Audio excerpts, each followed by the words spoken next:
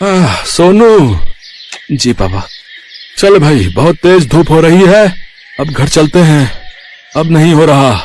मैंने आपसे कहा था कि आप रहने दो पापा, मैं कर लूंगा अकेले। हाँ हाँ, कहा तो था, पर तुझे अकेला कैसे करने दूं? इतना बड़ा खेत है, तैयार करने में समय तो लगेगा ना। हाँ वही तो मैं भी कह रहा हूँ पापा, आप घर जाओ, मैं करता हूँ।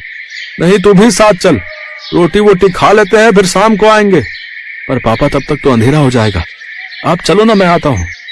अरे जिद मत कर, चल मेरे साथ, आज की छुट्टी मान ले। अरे पापा, किसान की छुट्टी कभी नहीं होती। अरे मैंने कह दिया ना, अब तो हो गई आज छुट्टी, अब चल मेरे साथ। ये कहानी इन्हीं के छोटे से परिवार की है। किशन अपनी पत्नी गंगा, बेटे सोनू और बेटी मोना के साथ एक गांव में रहता था। गांव की आबादी ज्यादा नहीं थी, तो सभी के घर काफी दूर दूर बने हुए थे। खुद किशन का छोटा सा घर भी उसके बड़े से खेत के बीचों बीच बना हुआ था। फिर घर पहुंचकर, आ गए दोनों, चलो आ जाओ, मैं खाना लगाती हूँ। वैसे खेत का काम पूरा हो गया। कहाँ माँ? पापा कहने लगे कि आज छुट्टी है, तो मुझे भी अपने साथ छुट्टी मनाने ले आए। छुट्टी? मतलब? अरे गंगा, बाहर निकल कर देखो, कितनी तेज धूप है। में से कोई बीमार पड़ गया तो और मुसीबत। अच्छा, मोना कहाँ गई? वो कुएं से पानी लेने गई है। पिताजी कितनी बार कहा है आपसे, एक नल लगवा लो ना। पहले माँ और अब बेचारी मोना कितनी दूर से पानी भरकर लाती है हमारे लिए। तो क्या हो गया बेटा, तुम दोनों भी तो कितनी मेहनत करते हो हमारे लिए। हाँ माँ, पर नल तो होना ही चाहिए ना। ठीक कह रहा है तू। अच्छा चल, इस बार की फसल बिक जाने दे, अब की बार सबसे पहले नल खुदवाऊंगा। किशन से वादा लेकर सोनू के चेहरे पर संतोष था और वो खाना खाने लगा। तभी खाना खाते हुए, अच्छा मैं क्या कह रही थी सोनू के बापू? हाँ बोलो ना गंगा। इसकी शादी वादी करनी है कि नहीं? हाँ हाँ करेंगे ना, वो बढ़िया से करेंगे। रहने दो पिताजी, इतनी परेशानियां क्या कम है जो एक और मोल ले लूं। पत्नी परेशानी नहीं होती पगले, वो तो परेशानी से बाहर निकलने का जरिया होती है। देखना, बहू आ जाएगी तो किस्मत खुल जाएगी हमारी। हाँ भैया, माँ सही कह रही है। कह तो ऐसे रही हो माँ, जैसे वो आएगी तो आसमान से पैसा बरसने लगेगा। पहले कुछ पैसे वैसे इकट्ठा कर लें, फिर सोचेंगे इसके बारे में। ऐसे ही कई महीने बीत गए। किशन की फसल पककर तैयार थी।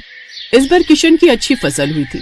फसल से किशन को अच्छे पैसे भी मिले थे, तो वादे के मुताबिक किशन ने सबसे पहले घर में एक हैंडपंप खुदवाया और फिर उसी शाम।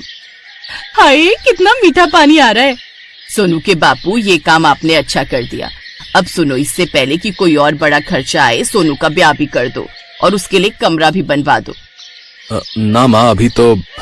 चुप कर, तूने कहा था ना कि पहले नल फिर बहू। ले, अब लग गया नल, अब तू कुछ नहीं बोलेगा।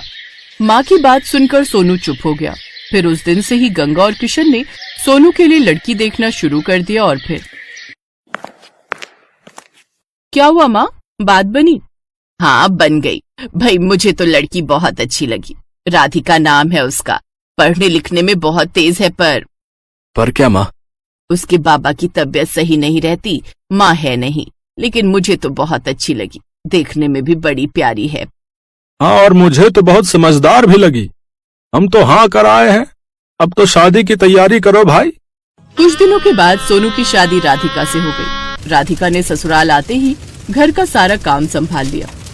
इस छोटे से परिवार में खुशियां ही खुशियां थी। फिर एक दिन, माँ जी, अपना गांव तो बहुत छोटा है, यहाँ तो कुछ ही घर दिखते हैं। हाँ बेटा, शुरू से ऐसा ही है ये गांव। राम राम सबसे है, लेकिन किसी से कोई ज्यादा मतलब रखता नहीं है। सब अपनी अपनी खेती करते हैं और खुश रहते हैं। माँ जी, हाईवे कहाँ को जाता है? दिल्ली की तरफ जाता है बिटिया। आप कभी गई हो दिल्ली? हाँ, एक बार तेरे बापू ले गए थे मेरे इलाज के लिए। बहुत चौड़ी सड़क है भाई, बस वाले ने सर भगा दी बस। इसका मतलब दिल्ली ज्यादा दूर नहीं है यहाँ से। हाँ, पर तू क्यों पूछ रही है? नहीं नहीं, कुछ नहीं, बस ऐसे ही। गंगा समझ नहीं पा रही थी कि राधिका के मन में क्या खिचड़ी पक रही थी। ऐसे ही वक्त बीतता गया। फिर एक दिन किशन और सोनू सिर पकड़े बैठे थे, तभी राधिका चाय लेकर आई। क्या हुआ पापा, कोई परेशानी है क्या? हाँ बेटी, इस बार बड़ी विपत्ति आन पड़ी है। अब की बार बारिश बहुत कम हुई है, सारी फसल सूखने लगी है। बेचारा सोनू नल से बाल्टी भर भर कर फसल सींच रहा है।